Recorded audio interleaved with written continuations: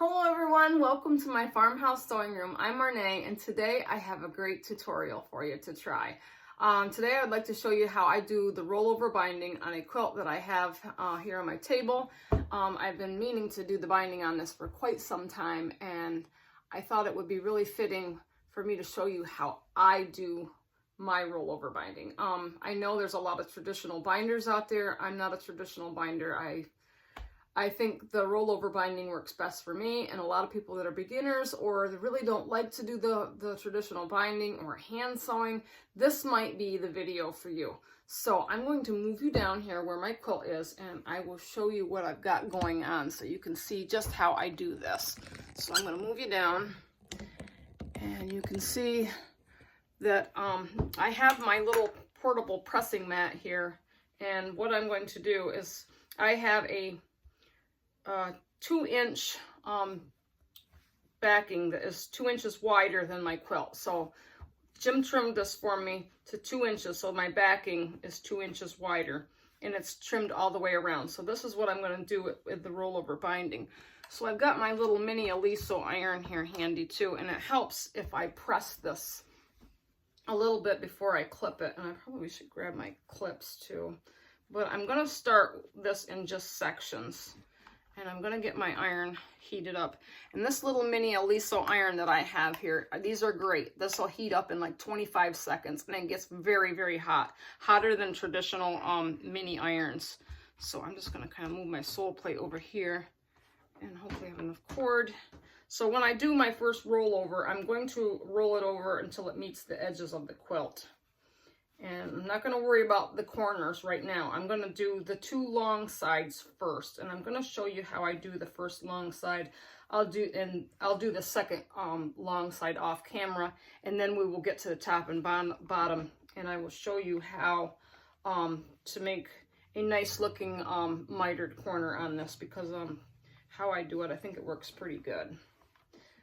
I'm not a perfect sewer, but I like to try to do what works best for me. And I know a lot of people out there are afraid to quilt or afraid to bind. This is a really easy and simple way. It's not hard.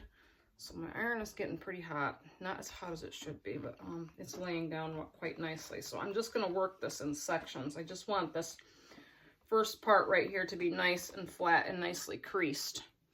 And then I'm going to roll it again until this fold meets to the edge of my quilt. And I'm just going to kind of lightly finger press it, and then I'm going to try to press it with my iron so it's flat. And then what I'm going to do is roll it over again, and it should give me a nice little edge without being hanging over too far. I'm just going to push my iron if I can get it. Clips and pins might help me with this since I am single-handed, but believe me, I managed to do everything and figure it out on my own. But this is just how I do it. I'm sure it'll be a lot easier for you. But this makes it pretty simple. So I can get that laid down pretty flat. And then I'm going to grab my clips real quick, but you can see I'm going to just roll that over, and it'll just cover the edge. And when I go to sew this, I'm going to sew it very close to this edge right here on the top.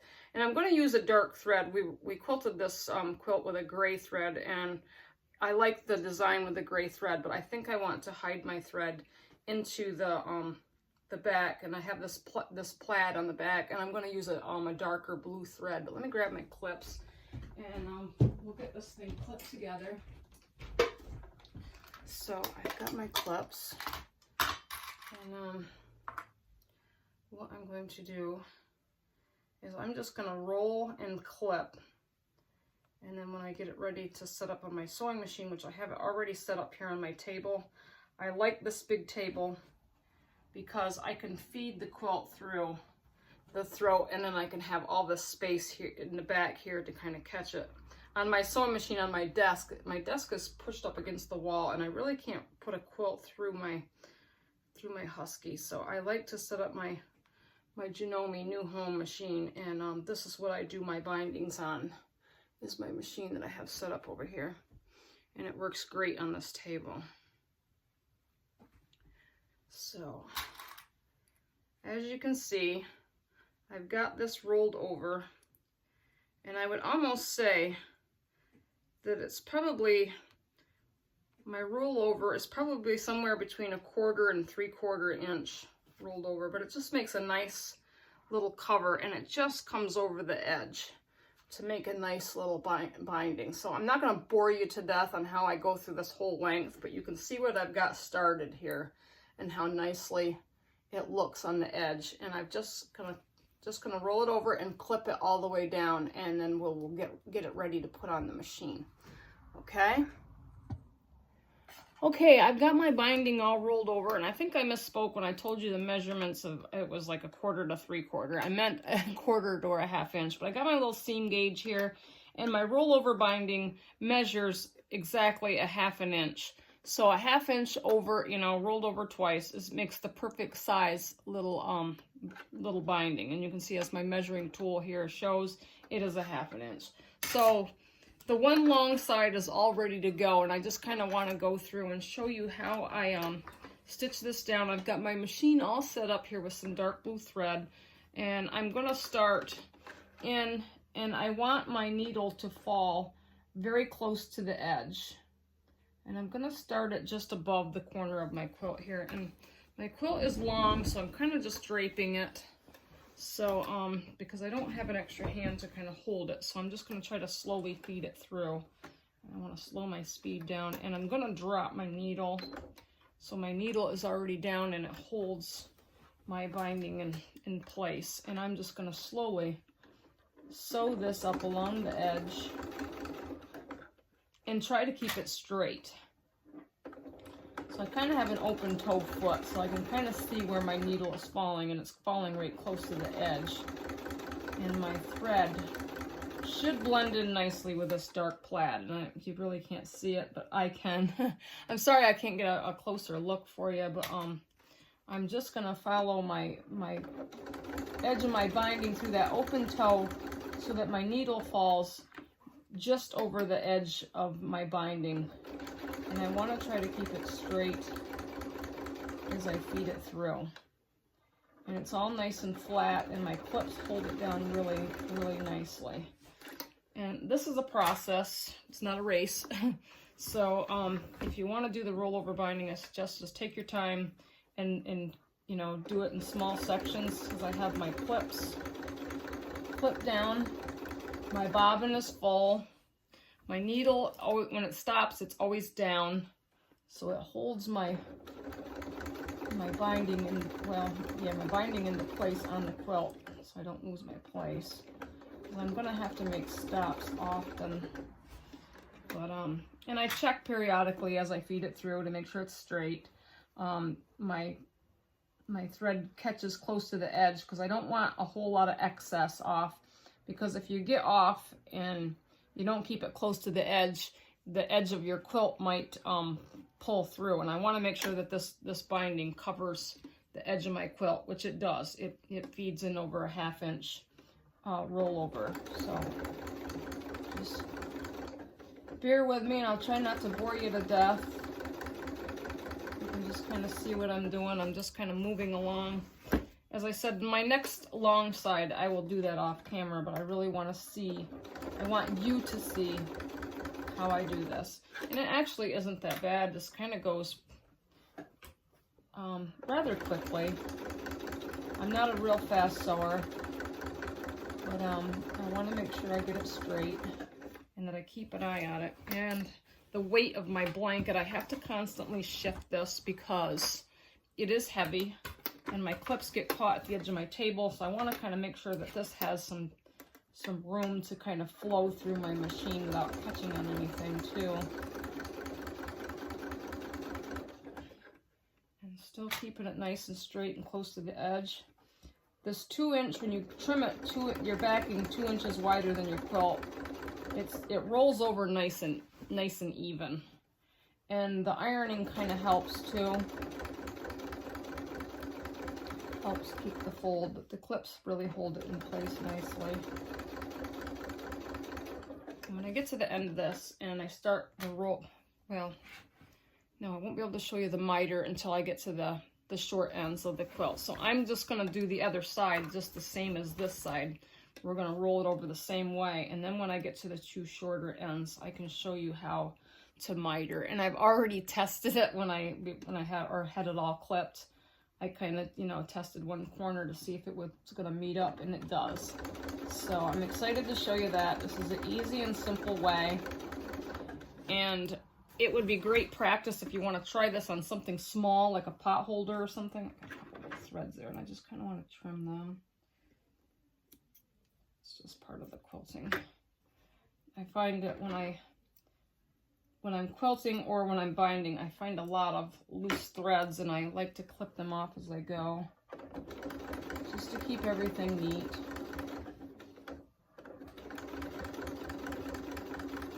I do want to give you a tutorial on this, how I did this quilt. This is called the Scrappy Stars quilt.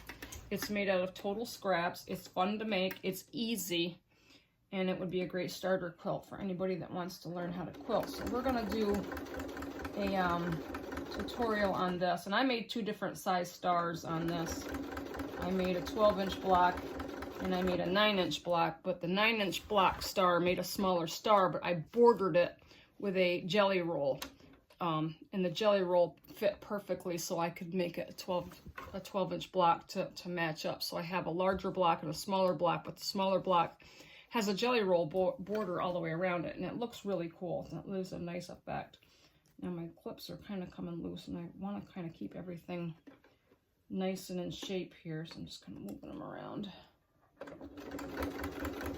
And as much as I get attached to my quilts, because I love everything I make, and my sister teases me about falling in love with my creations. Yes, I do. I really love this Scrappy quilt, but I think this quilt is possibly going to end up on my Etsy store. So if you're interested, I'm going to get it uploaded. I am having a time of getting things uploaded on my Etsy store because other things just seem to get in the way all the time. But I am trying to build an inventory to put on there. There is some things that are already on there. Some things that I've already made that I've had stored. My Etsy store is Farmhouse by Marnay. I know that I have a bunch of totes that I've had stored away in my closet that I dug out. And I will probably put a lot of them on my Etsy store as well. Even though I've made them quite a while ago. I've had them in craft fairs and stuff, and they were just stuff that, you know, didn't sell. And I find that when I try to sell stuff at craft fairs, you're only reaching a limited amount of people. So what I love about the Etsy store is that, you know, anybody can look at it from anywhere, you know, anywhere in the country. So it makes it really nice to get my creations out there. So if you want to check that out, I promise I am going to get some things up. I did make another bag, a spring bag. I just need to sew some buttons on the outside pockets to kind of make the pockets so they don't drape open, but I'm going to get that uploaded as well. As long as and as well as the other things that I've been promising to get on there, I just haven't done it, so maybe I will try to get that stuff on there and stop letting other things get in my way, such as gardening and outside, and keeping my chickens out of my flower gardens. They're a pain sometimes, even though I love them. They've been free-ranging in my yard, and they really like to get into my flower beds and dig everything up, so I've been having a time with them with that. The weather's getting warmer and nicer, so I've been trying to get some things planted and make it look pretty around the outside of the farmhouse here. And my room is really hot today, and I think I need a fan in here soon, so I have to dig out a box fan. Whew. All right, I'm almost to the edge, and I hope I'm not boring you with my sewing, but I really want you to see how nice this looks. And if I can push this out, my binding is really laying down nice. So as you can see, I've got a nice little edge here, and on the back side, you really don't see where my thread is. You just see the indentation of the thread. So I have all the quilting in the back in gray. This is a really simple quilt. Just really scrappy and homey. I love scrappy quilts. I love the colors. I love the old-fashionedness of it. Although I do have some great ideas coming up for some really cool things and some coordinated colors. So I really am excited to show everybody those things when I can get those videos going. So how much further do I got? Maybe another foot or so. Almost to the end. And then I will show you how nice this side lays down, and then I will get the other side done. And then we'll get on to the short ends and show you the mitering.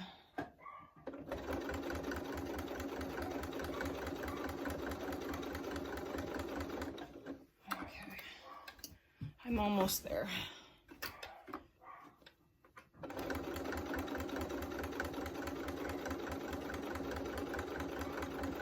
I do have 2 more quilts to bind. I have a t-shirt quilt. It is the first one I've ever made, and I'm excited to show you all that too, but I'm not going to do a video on that until I get it, the binding done on it, and I will show you the finished product on that. I'm really excited to get it to the owner, but I'm really excited to show you all. Some great ideas for a t-shirt quilt if you're ever interested. They're not hard to do, and just require some t-shirt backing stabilizer to put it together, because t-shirt tends to stretch, but it's a really fun one too.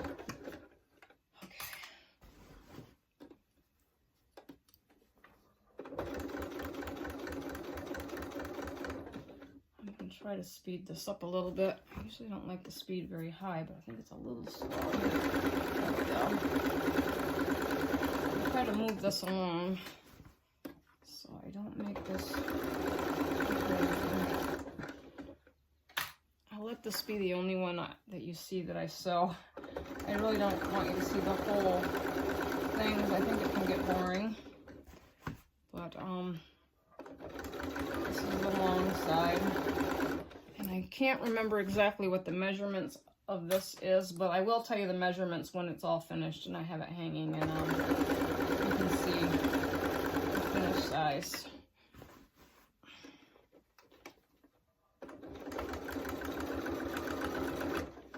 I want to try to keep it close to the edge here. I don't want to veer off. So I'm a little bit off, but not by much. It just keep it straight. I have an open toe clear foot, and it helps see. I'm just going to sew it up here a little bit, and I could put a little back stitch. I didn't put a back stitch in this, but you can if you want. It's not necessary. It's going to get folded up. Okay, so this is the first side of the binding sewed down, and it looks really nice. So I'm going to trim this, and then I'm going to kind of get this up so you can kind of see how nice the edging looks on this. It's a 1/2 inch. The back looks really nice. You can't see my stitching because I'm using a dark blue thread, but it looks really nice. So I'm going to get the other side, the other long side done, and when I get back on here, I will show you how to miter the corners, okay? Okay, I've got the long sides binded. So I'm going to start up here at the top, and I'm hoping I can position my camera where you can kind of see what I'm doing. So I have my corner right here. And what I'm going to do is I'm going to fold this over just till the edge of that corner meets the edge of my quilt. Just like that, if you can see that. So I got that folded over, and I'm going to kind of give it a finger press. You can do this with the iron. And then I'm going to fold my fabric over just like we did the first time so that the raw edge meets the edge of my quilt. And then I'm going to fold it in half, and then I'm going to roll this over. And you see when I do that, I have a nice little mitered corner right here, and I'm hoping I'm hoping that you can see that. I'm going to clip this. So I'm going to fold this over. I have my clip close because I have to do this with my fingers. So I'm going to fold this over, and then I'm going to fold the edge down to this. I'm going to fold this in half, just like we did before. I like to roll it over twice, fold it in half, and then when I roll this edge over, this corner should meet the edge of the edge. This corner should meet the edge of my, where I've already binded it. So it should look like a nice mitered corner. So, and I'll probably have to press that down, but it's pretty close. So I'm gonna roll this, and it's kind of hard because I had a weight here. So, yeah, I have it right here. So if I hold that there, and I'm gonna fold this down and then fold it over again. And I want to try to keep this at a 1/2 inch. So I'm going to, bear with me. I'm single-handed. I'm trying to show you the best way I can. So if I can get that clip to hold it, you can see that I have a nice little edge here, just like I did on the long sides in my seam gauge. My seam gauge here, and you'll see that it makes a 1/2 inch. I know my fingers are in the way, but hopefully you can see that my seam gauge measures that at a 1/2 inch.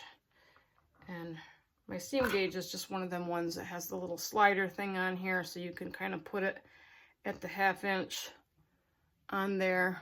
I know it's hard to see in the light, but I'm trying to show you. But so that little edge where I marked it will measure nicely a 1/2 inch. So I'm going to move this along and just kind of show you how I clip.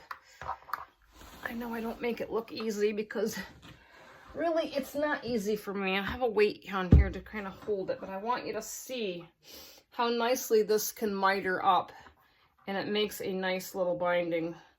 So I'm just going to fold that twice and roll it over, and it will make a nice 1/2 inch to sew down, and it looks so nice and neat when you do it. Everything is tucked in underneath. Let's see. Everything wants to curl on me, so this takes some time to get this to roll over properly, and I want it to all, and I'm very visual, so I can see that it looks like a 1/2 inch, even though it's not right there. I have to get that, which would probably help if I pressed this and then rolled it out down here, and then I can kind of tuck it up. But you see what I'm doing. So I'm rolling this over twice, and I really want that 1/2 inch to be consistent the whole way down. So it might take me a little bit of manipulating, but with you folks, you have 2 hands to kind of do this, so you can do it easier than I can. I'm just trying to show you the concept of how I do it and how you can do it, but I'm sure it'll be a lot easier. So I've got it started, as you can see, and I'm just gonna kind of clip, and then I'll keep occasionally measuring, because if it's too far over, I want to fix it, so because I want to keep that 1/2 inch pretty consistent the whole way down. So you can kind of see my mitered corner here, and I'm hoping you can see this on camera, that when I fold that over, the edges pretty much line up. The miter there will meet the edge of this fabric here, so it makes it look really nice. So I'm hoping this helps. I'm going to finish this up, and I'm going to do it the whole way down. When I get to the end of this corner, I will show you again how I miter the corner at the end of this one, and I'm going to sew it down. So okay. All right, I'm at the bottom end of the corner. I showed you how to do this, so I'm going to do it again.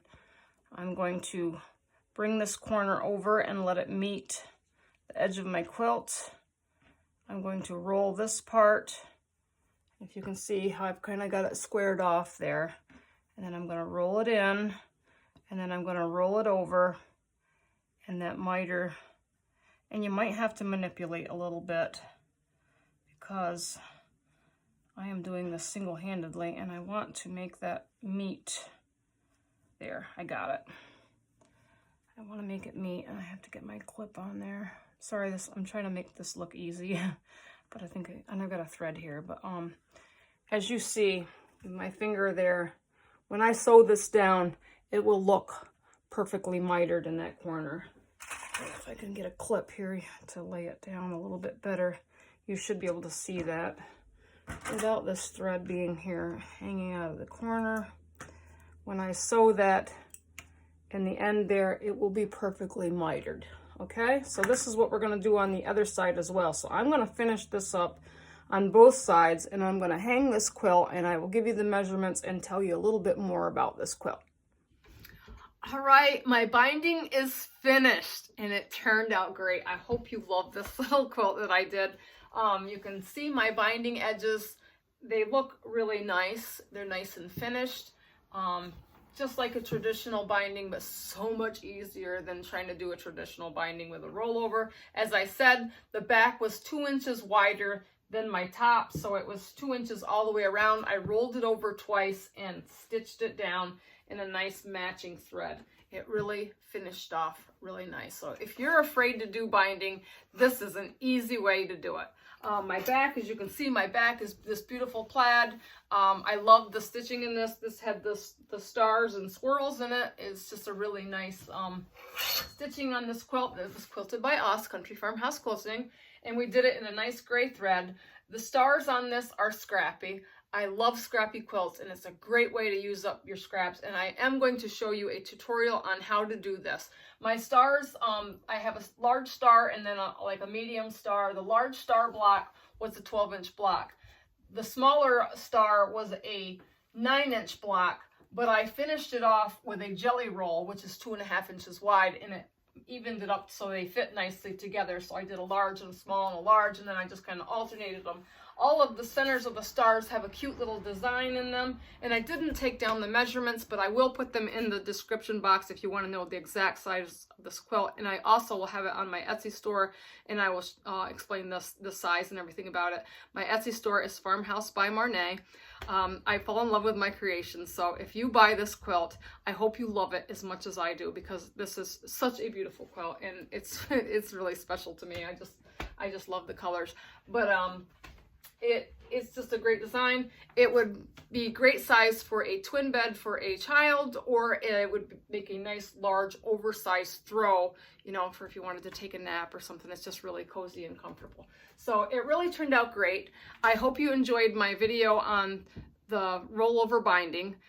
Super simple, easy. If you're afraid to bind a quilt, this is an easy way to do it. And if you are afraid to do it on a large quilt like this, try it on smaller projects like pot holders, table runners, and placemats, and you can practice a little bit, but I promise you it's really simple. If I can do it, I know you can do it, okay? So I hope you enjoyed my little tutorial on the Scrappy quilt top and the rollover binding. If you haven't subscribed, please subscribe. Leave me a thumbs up and leave me a great little comment. And I have so much more to share with you. And like I said, my next tutorial, I will show you how to do the Scrappy stars on this quilt. I have a lot of more great ideas. I got a free pattern today at my guild meeting, and I would love to share that with you as well. But so good things are to come. So thank you for watching, and I will get back with you next time. Have a great night.